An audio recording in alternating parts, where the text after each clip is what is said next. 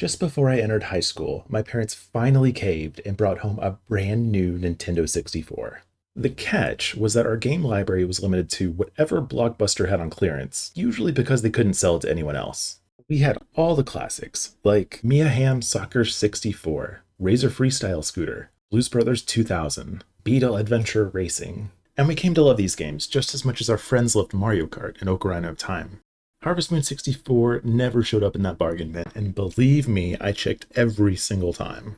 But eventually, there's a point where you have to accept the inevitable and move on with your life.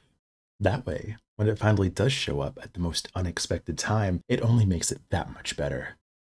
In my case, it was Christmas Day 2005. I don't even remember any other gift I got that year, but I remember that feeling.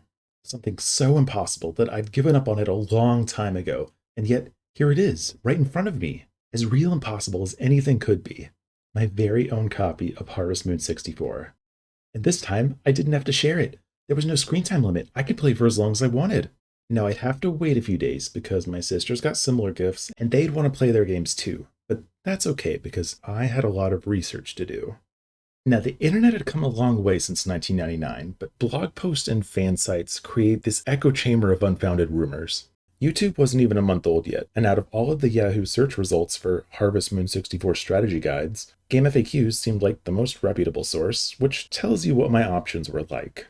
It would be another month before SCG drops his magnum opus, and another 5 years before Kirby Arm shows up, so my options were limited. In the end, I went with a guide written by Straw Hat because it had a day-by-day guide specifically for getting the perfect evaluation and the party photo. And after a few days of research and practice, I decided I was ready. On New Year's Eve 2005, I set out to play the perfect game according to every rumor I'd ever heard. Max affection for every villager, all recipes, a full coupon barn with all the best products, selling something every day, never getting sick. Even if only one guide mentioned it, it was on my list. I kept a backup save, and if anything was even remotely questionable, I restarted the entire day. In the end, I played for 21 hours straight. All night New Year's Eve and into the next morning, I attempted the perfect playthrough, down to the tiniest detail.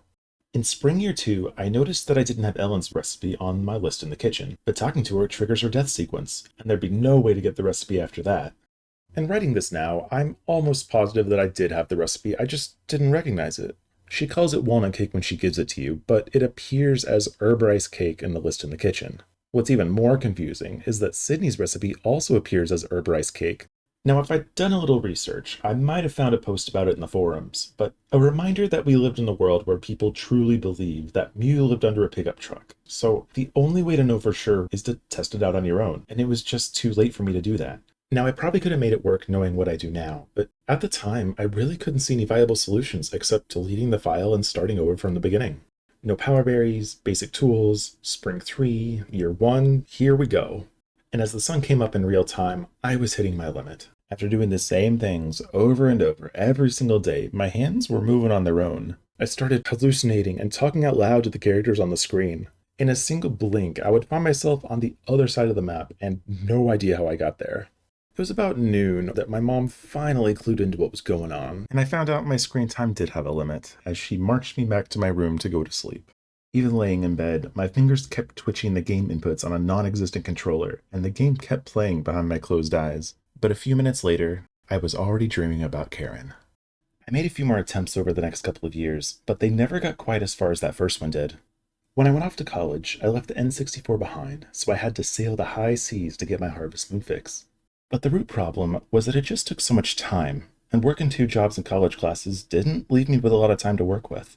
So I shelved Harvest Moon with the intention of coming back to it when my life was a bit more stable, with no way of knowing that time wouldn't come for another 10 years.